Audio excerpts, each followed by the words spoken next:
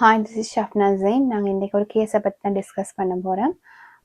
இது ஒரு husband and ஒய்ஃபுக்கு நடுவில் நடந்த ஒரு சிக்கல் நிலைமை. ஒய்ஃப் வந்து தனக்கு ஹஸ்பண்டோட இருக்கையிலாம் நாங்கள் பிரிய போகிறோம் என்ற முடிவில் இருக்காங்க. ஸோ இதை நாங்கள் செஷன்ஸுக்கு எடுத்து டிஸ்கஸ் பண்ணி கொண்டு போகிற நேரம் இந்த முடிவுக்கு ஒய்ஃப் வாரத்துக்கு பிரதான காரணமாக அவங்க சொன்னது, தனக்கு 2 வயசுக்கு உட்பட்ட ஒரு பிள்ளை இருக்குது. அந்த பிள்ளைக்கு சுகம் இல்லாமல் ஃபீவர் வருது. நம்ம ஃபீவருக்கு மருந்தெடுக்க போவோம்ண்டு ஹஸ்பண்ட் கிட்ட அந்த ஒய்ஃப் சொல்கிறா. அந்த நேரத்தில் ஹஸ்பண்டை தாய் அங்கே நிற்கிறாங்க. இப்போ அவங்க சொல்கிறாங்க, இல்லை மருந்தெல்லாம் எடுக்க தேவையில்லை, ஜஸ்ட் ஒரு கை மருந்து செஞ்சு பார்ப்போம், பிள்ளைக்கு ஓகே ஆகிடுமெண்டு. ஸோ ஹஸ்பண்டும் அவங்க சொல்கிற சார் தானே, உடனே மருந்தெடுக்க போக தேவையில்லை, நாங்கள் வந்து கை மருந்து வந்து செஞ்சு பார்ப்போம் அப்படின்ட்டு சொல்கிறாங்க. பட் அது ஒய்ஃபுக்கு விருப்பம் இல்லை. பட் இருந்தும் அவங்க கை மருந்து செய்கிறாங்க. பட் பிள்ளைக்கு ஃபீவர் சிவியர் ஆகுது.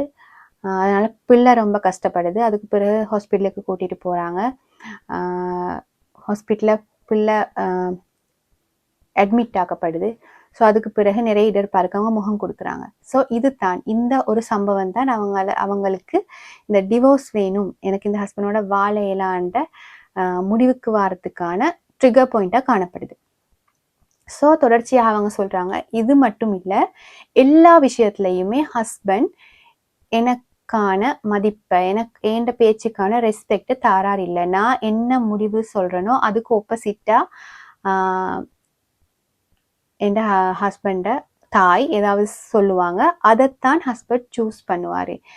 எந்த விஷயத்தில் அவங்க என்ன செஞ்சாலும் பரவாயில்ல, பட் எந்த பிள்ளையோட விஷயத்துலையும் அவங்க ஓவராக அவங்களோட காலத்தில் அவங்க எப்படி நடந்து கொண்டாங்க, அவங்களோட முடிவுகள் எப்படி இருந்துச்சு, அதை வந்து அப்படியே எந்த பிள்ளைகளுக்கும் அவங்க அப்ளை பண்ண பார்க்கறது எனக்கு ஏற்றுக்கொள்ள இயலாமல் இருக்கி.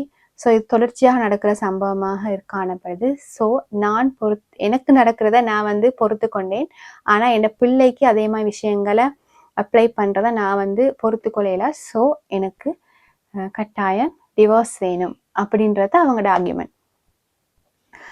இது வந்து சாதாரணமாக எங்களோட வீட்டுகளில் நடக்கிற விஷயம். ஆனால் எங்கனையாவது ஒரு பாயிண்ட்ல இது வந்து ட்ரிகர் ஆகும். இது வந்து ஆகவே உச்ச நிலைமைக்கு போகிற நேரம் தனக்கு எந்த ரெஸ்பெக்டும் இல்லை, தான் சொல்கிறதுக்கு எந்த விதமான மதிப்பும் இல்லை அப்படின்ட்டு எங்கனை வச்சு அந்த ஒய்ஃப் ஃபுல்லாகவே அண்டர்ஸ்டாண்ட் பண்ணி முடிவெடுக்கிறாவோ அந்த நேரத்தில் எங்களோட ஃபேமிலிகளில் சிக்கல்கள் உருவாக ஆரம்பிக்கும். இதனால தான் பெரும்பாலுமே இந்த மாமியார் மருமகள் பிரச்சனைகள் தோன்ற ஆரம்பிக்கிறது. ஸோ நாங்கள் கட்டாயம் இதில் விளங்க வேண்டிய ஒரு முக்கியமான விஷயம், எங்களுக்கான பவுண்ட்ரிஸை நாங்கள் உருவாக்கணும். சில விஷயங்கள் நாங்கள் டிஸ்கஸ் பண்ணி எடுக்கத்தான் வேணும், முடிவெடுக்கத்தான் வேணும். ஆனால் எங்களுக்கு என்ன தேவை, எங்களோட பிள்ளைக்கு என்ன தேவைன்றத ஹஸ்பண்ட் அண்ட் ஒய்ஃப் மட்டும் டிஸ்கஸ் பண்ணி என்ன தேவையான முடிவோ அதை நாங்கள் சரியாக கலந்துரையாடலினூடாக எடுத்தா எந்த பிரச்சனையும் இல்லை. இங்கே வந்து உண்மையாவே அந்த மாமி சொன்ன விஷயம் சரியாக கூட இருக்கலாம். ஆனா அங்கே ஒய்ஃபோட விஷயத்த கேட்காம அவமதிச்சு ஹஸ்பண்ட் தண்ட தாயிட முடிவுகளை ஏற்றுக்கொள்ளுறார் அப்படின்ற மைண்ட் செட்ல தான் ஒய்ஃப் இருக்கிறார். ஸோ அதை நாங்கள் இல்லாமல் ஆக்கணும். அதை எப்படி இல்லாமல் ஆக்கலாம்டா, சிம்பிள், ஒய்ஃபோட முடிவு, தண்ட தாயிட முடிவு, தண்ட முடிவு எல்லாத்தையும் சேர்த்து டிஸ்கஸ் பண்ணி ஒரு கலந்துரையாடலினூடாக நாங்கள் ஒரு முடிவு எடுப்பமாக இருந்தால் இந்த பிரச்சனை வராது.